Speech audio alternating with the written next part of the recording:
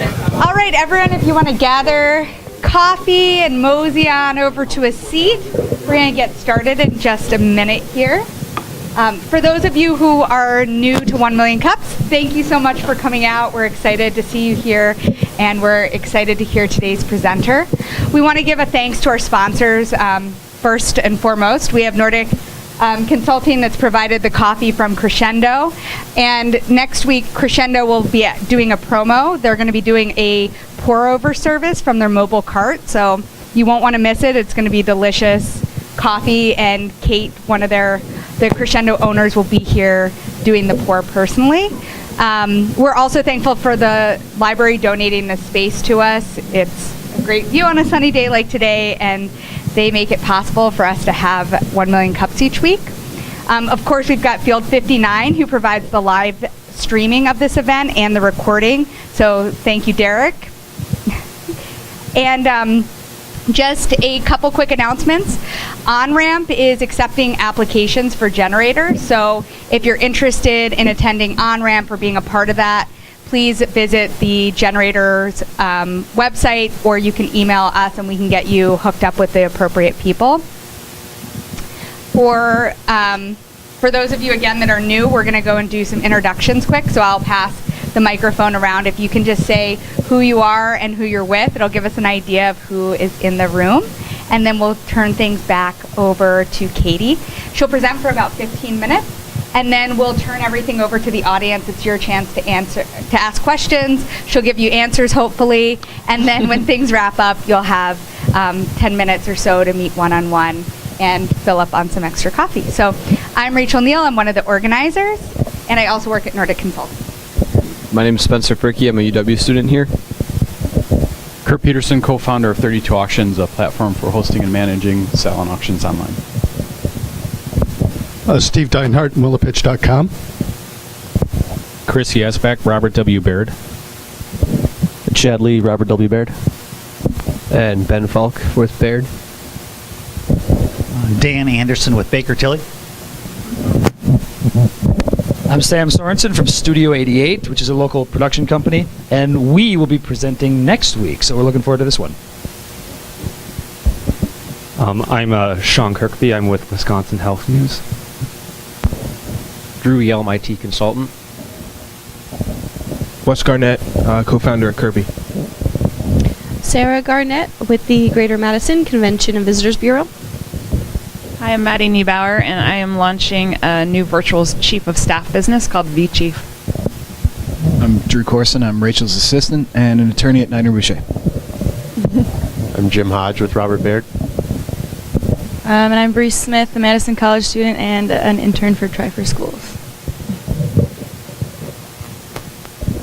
Okay, we are going to turn it over to Tri4Schools. Awesome. And of course, the computer just went to sleep on me, so I'm like, come on, wake up, sweetheart.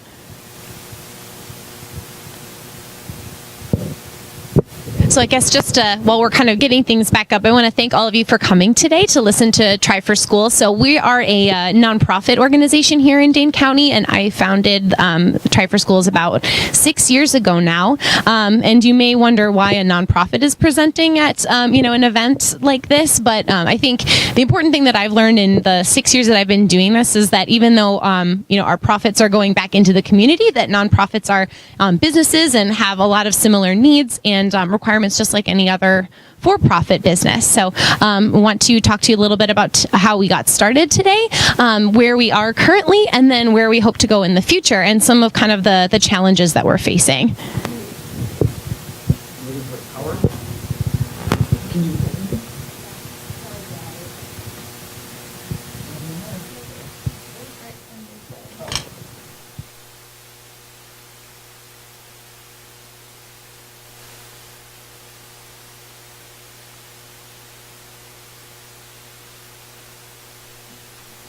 Just building suspense. So I'm going to take a quick straw poll. How many of you in the room have children? Okay, awesome. And have any of you in the room heard of Tri4Schools before? Awesome.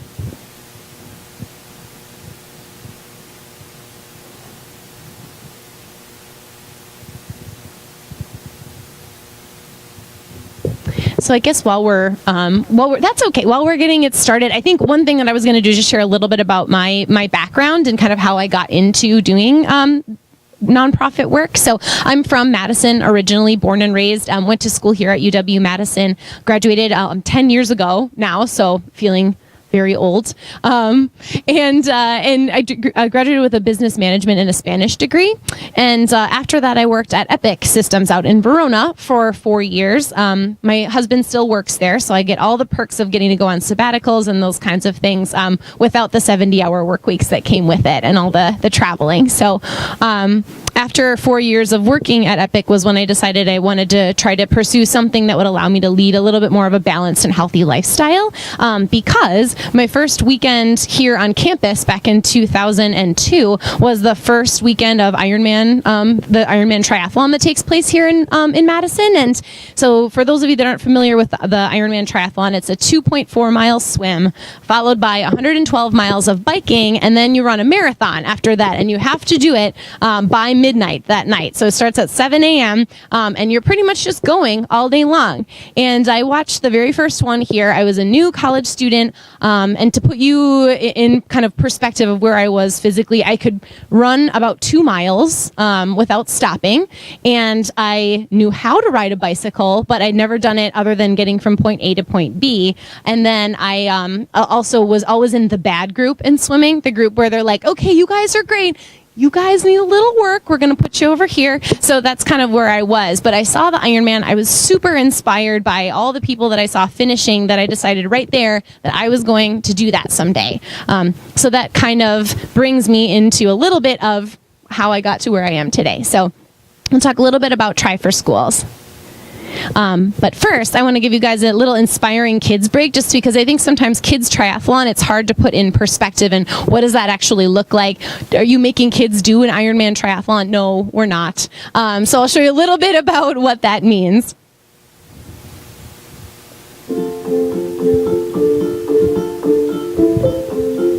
My name is Indiana and I'm in 3rd grade. Hi, my name is Kevin Wagner. I'm from Fitchburg, Wisconsin.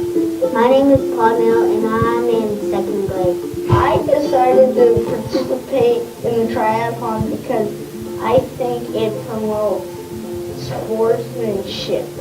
What I learned from doing the triathlon is you don't gotta be scared of what you can do.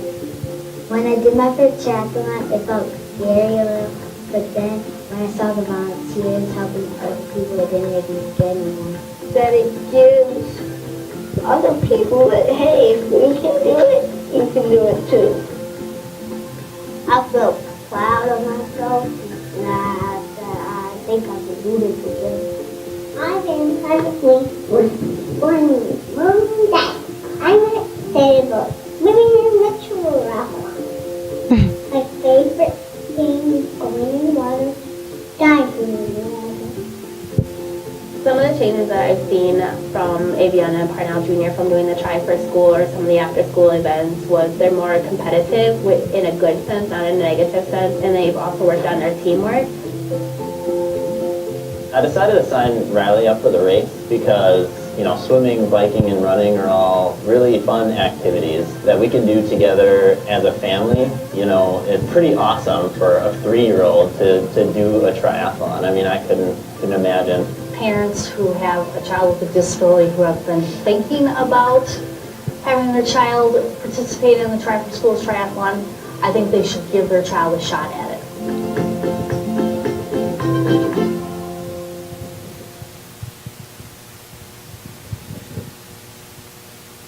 So that's a little bit about who we are and what our events look like. You'll notice there's a focus on access for all kids, opportunities for all kids.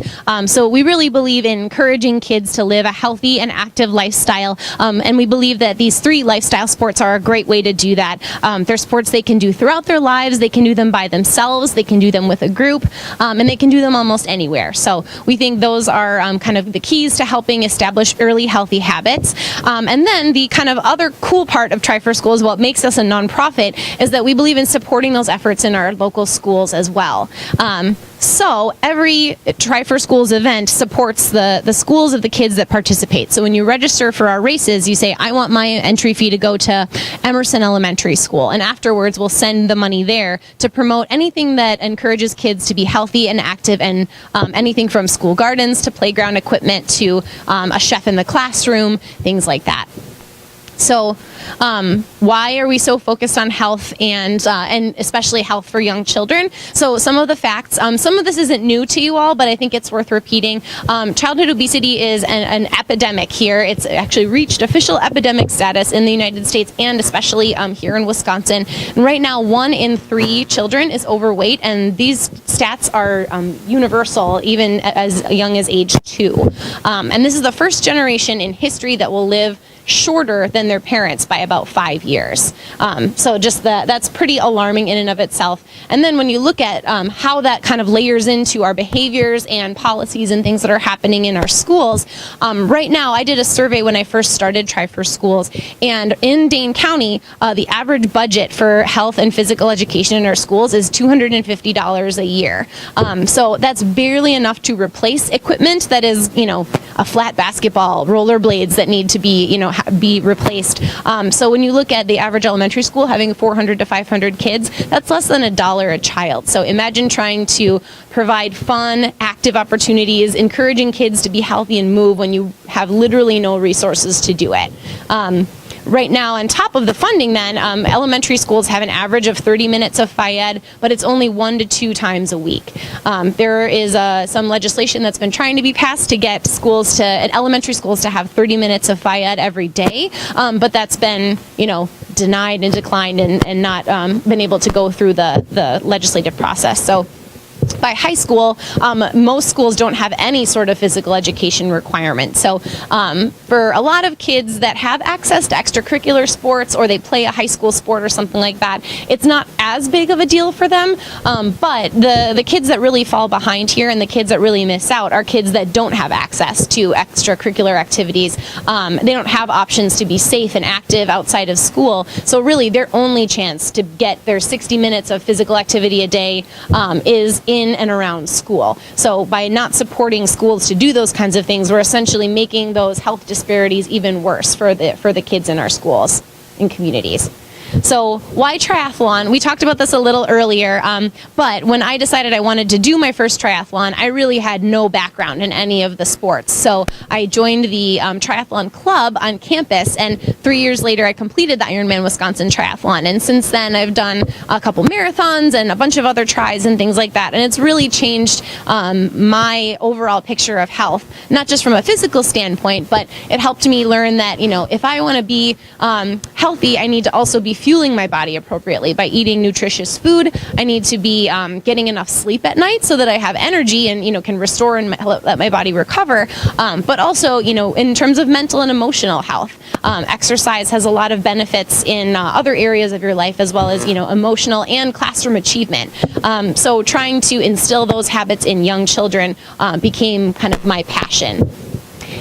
Dane County is an ideal place to kind of start an organization like this because we have that connection to Ironman Wisconsin. It's a very active city in general. On any given weekend, you can pick from probably 5 different 5Ks, 10Ks, triathlons, any sort of race or active event. But in Dane County, we also have some of the greatest health disparities, along with our racial and achievement gaps in as well. So it's a kind of a community in need.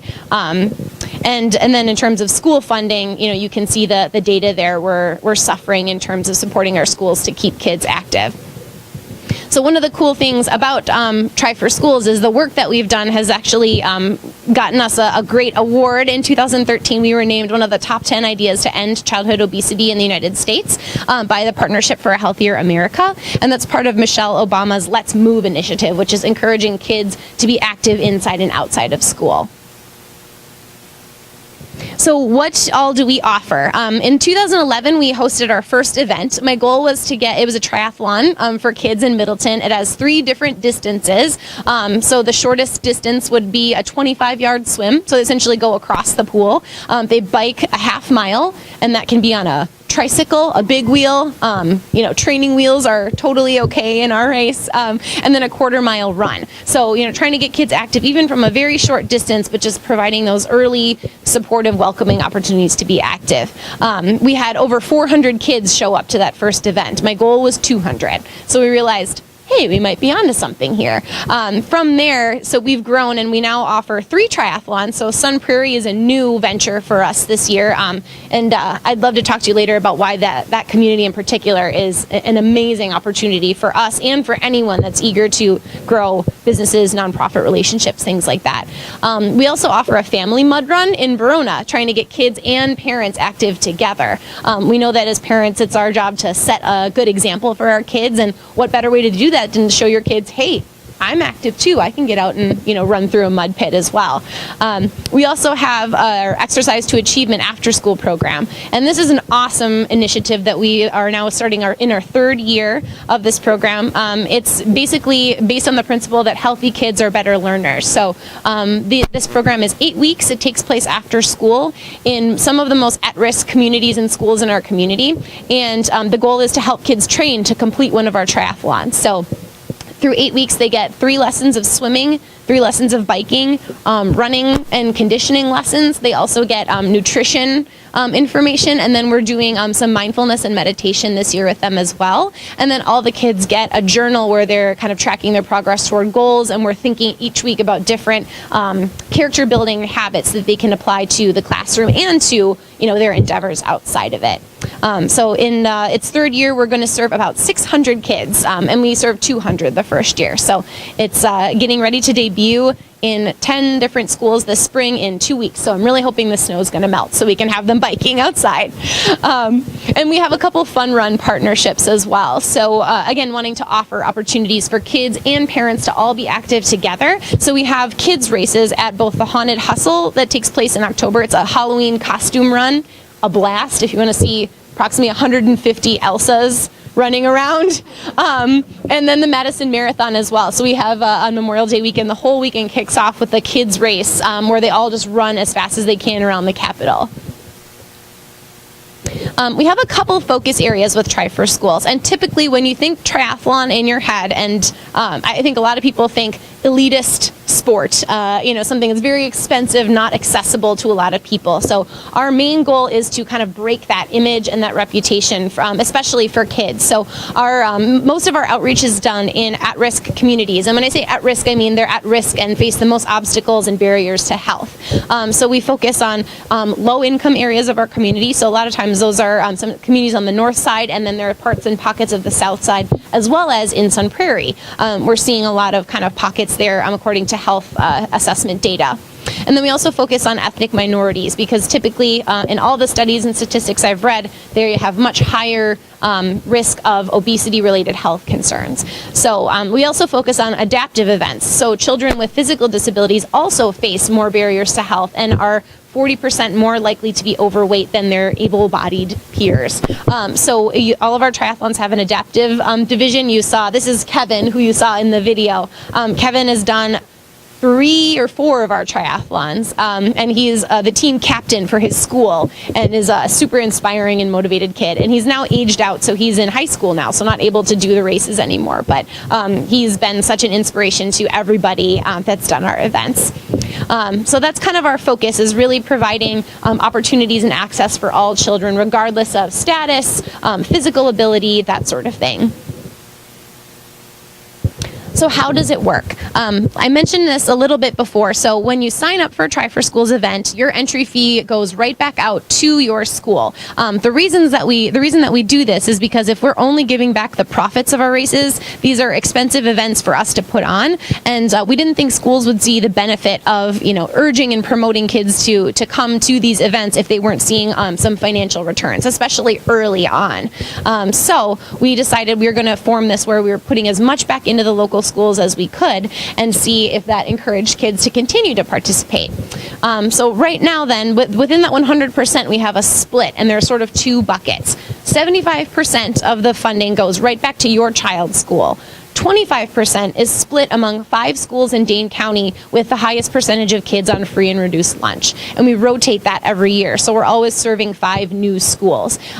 We've actually gotten to the point now after 5 years where we have given big chunks of money out to almost every school that has over 50% of their kids on free and reduced lunch. So this year, we're actually thinking of shifting it so that we can continue to evaluate, what's the best use for this funding? What's going to give us the greatest impact into these communities? Maybe instead of giving 5 schools like $3,000 to $5,000, we give one school $25,000, and they can completely renovate, their gym or provide a completely new school garden and educational programming that goes with it. So it's an exciting time to be a board member.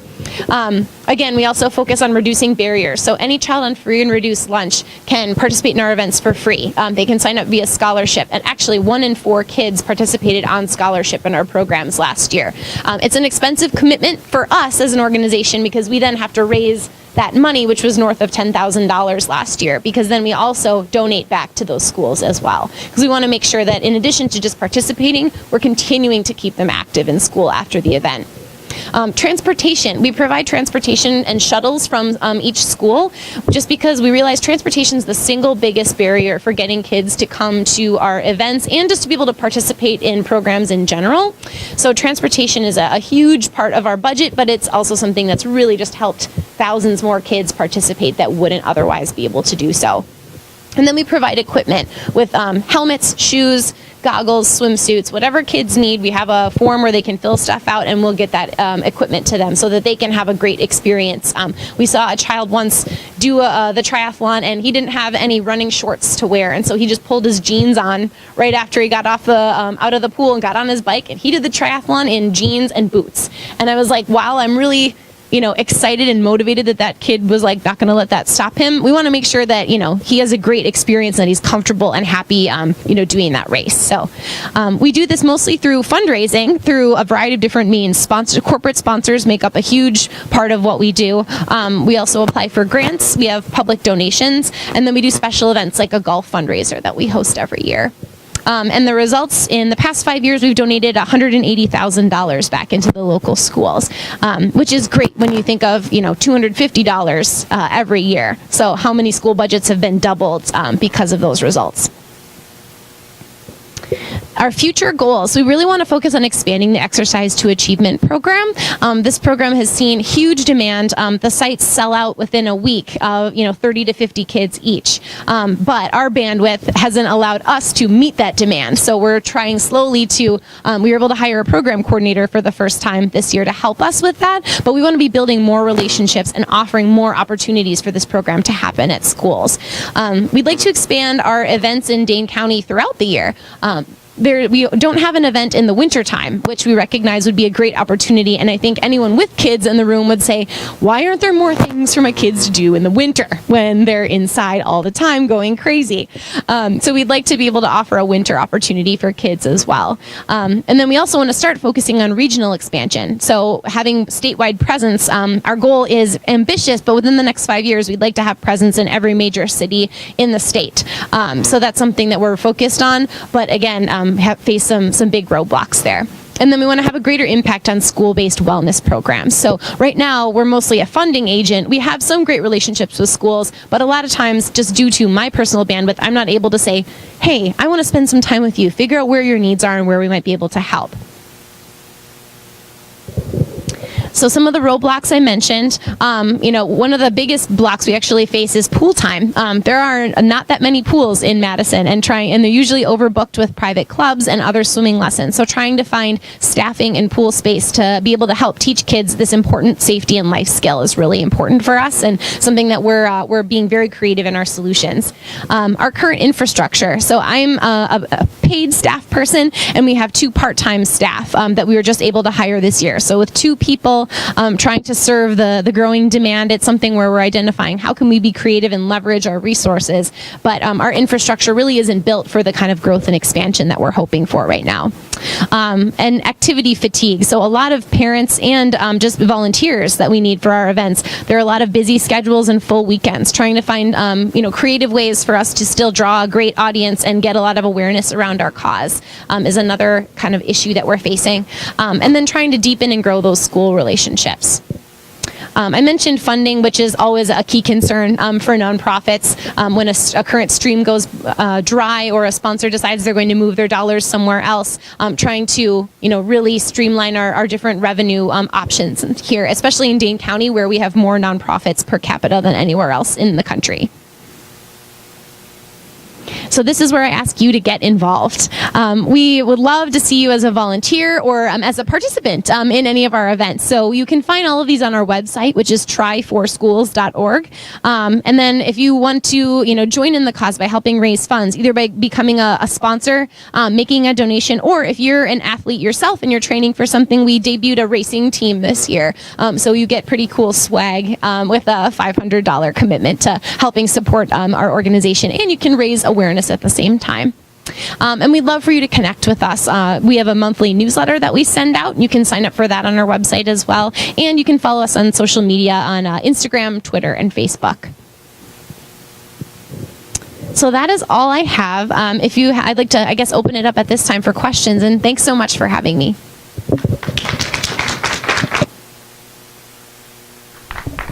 Great, so if you just throw a hand up, the mic, you'll notice, isn't amplifying anything here, but it's for the live stream, so let me know if you have a question, and I'll bring you the mic. Questions, comments, suggestions, anything for Tri4Schools? Okay. I think it's a really interesting model where you put back all of the fees that families are paying back to schools, and I think that's great and really, I'm sure, sells a lot. But it's an interesting choice to do that, since that's like your main sort of earned income as a nonprofit. And I'm curious how much you have to fundraise every year, both sort of like dollars to pay for you and the other full-time staff or part-time staff, as well as sort of in-kind donations from some of the sponsors, and if you're thinking about shifting that model at all in the future. That's a great question. And it's something that we actually reevaluate as a board every year when we do our strategic planning. We say, are there methods, are we able to meet their needs and to grow effectively while doing this? And so right now, our budget for last year was about $200,000. So that's how much we, raise every year to cover all of our operating costs and events and those types of things. So into the registration process, we've actually built in a $5 late fee. So we keep the late fees from those, which the first 2 years we were actually giving back anyway. So sort of incentivizing people to sign up later and get more, funding for their school, which isn't a bad thing. But we were like, I'm putting in a lot of hours these last 2 weeks. Why aren't we putting some of that towards our bottom line? So we did that. And then we also built in a optional donation in the registration process so that people can then make a donation. And so many people did that, and that ended up raising another, probably $1,000 each event. So between late fees and the donation add-on, we thought that was a great way to kind of capitalize on a captive audience that really wants to make a difference, and they want to support the organization and their kids as well.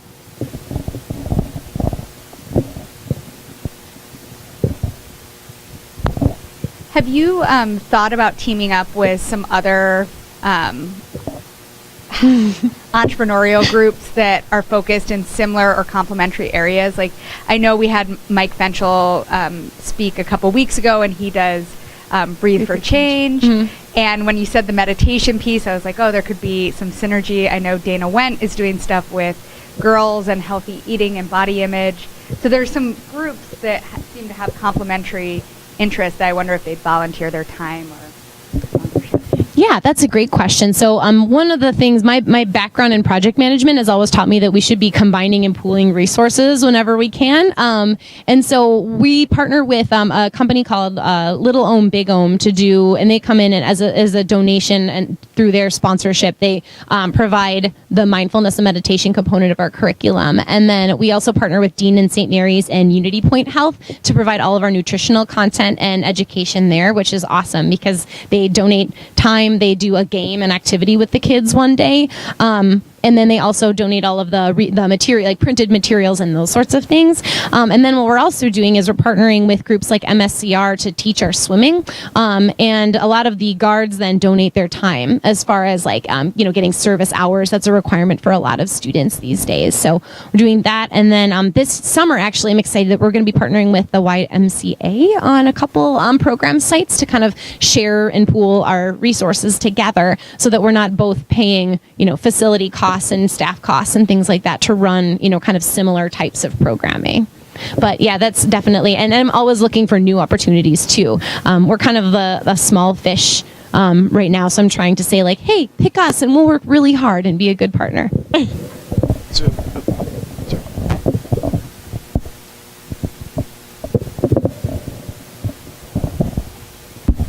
I was just wondering how you work out the programming at the school that the money is getting donated to. Do you work directly with the school to say, this is what we want this money to go towards, this is the program, or do the parents suggest, hey, my kid's school really needs this? How does that work out?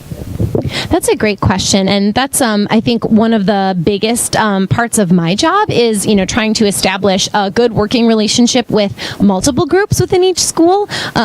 We typically work with either the FIED teachers because they're usually in charge of any funding that gets donated towards health and wellness, and we have schools fill out a form on how they want to spend the money before we'll send the check out, just to build some accountability in there. But we also try to develop relationships with the principal and with someone within a parent-teacher organization, because we've also found relationships where, let's say we have a great relationship with the FIED teacher and they leave, and then we've got no one else in the school, and then we have to kind of start from scratch. So that's I guess, still kind of a work in progress, because it's hard to then also find 3 people within each school, and we've donated to over 200 different schools in the county and beyond. So trying to have great relationships with all of them is tough, but typically it's a dollar threshold amount. If it's less than $1,000 that we're donating to a school, they kind of allow the FIED teachers to sort of have free reign on what they'll spend it on. But over that, it tends to be kind of a group decision-making process among,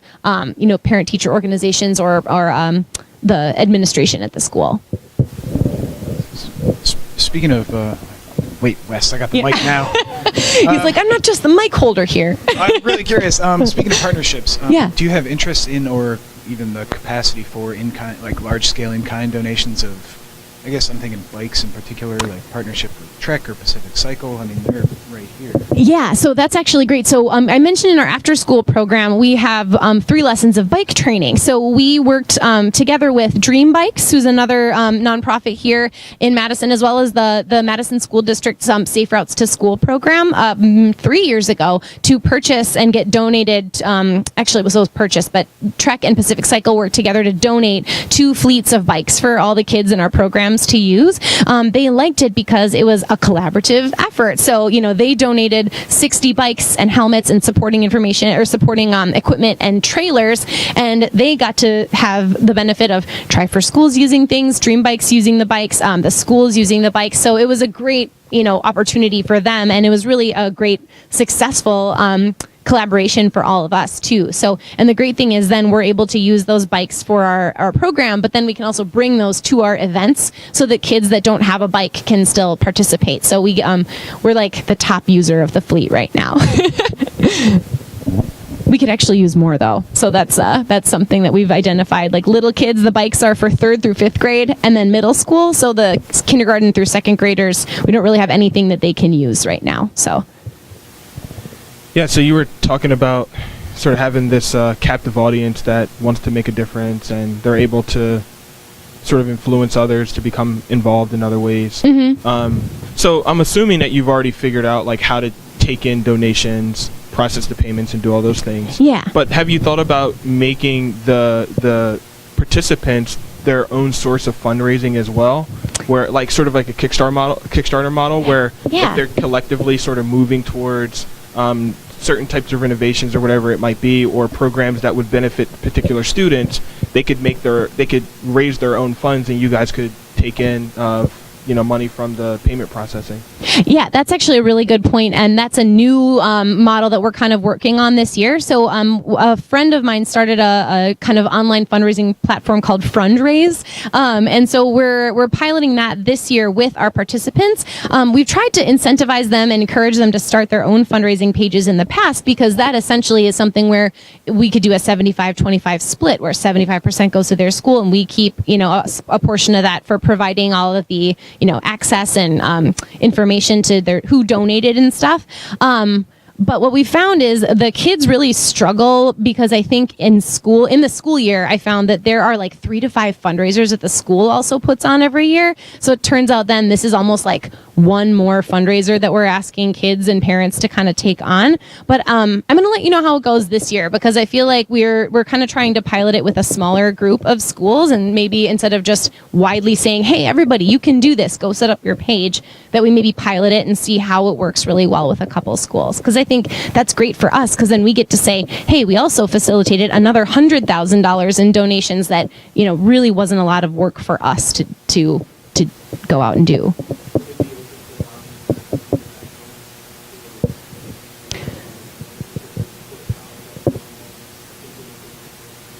I don't think so, because I think a lot of it is like, let's say one school hosts like 3 or 4 fundraisers throughout the year. They're for a variety of different causes. And with our current infrastructure, that would mean then that like Tri4Schools and we would have to own all of the payment processing for all of those different fundraisers that were going to different things. And I guess selfishly, I'm like, I don't want to take all of that on my own with all the other stuff that, like our own programming and operations. Does that make sense? Yeah. I think we have time for one more question. Any final thoughts for Tri4Schools? Questions? Suggestions? Shameless self-promotion? Yeah. Sneak in? Okay, well, I think stick around for a few minutes. We can all chat. Everyone fill up on coffee. We always go back to Crescendo with too much coffee, and they're complaining that we don't drink it fast enough. So drink more coffee. Thank you again to Nordic for sponsoring Field 59 for the live stream, and hope to see you all next week. And if you can, bring more people than Baird brought, because then we'll have like 100 people. So it'll be great. Thank you so much.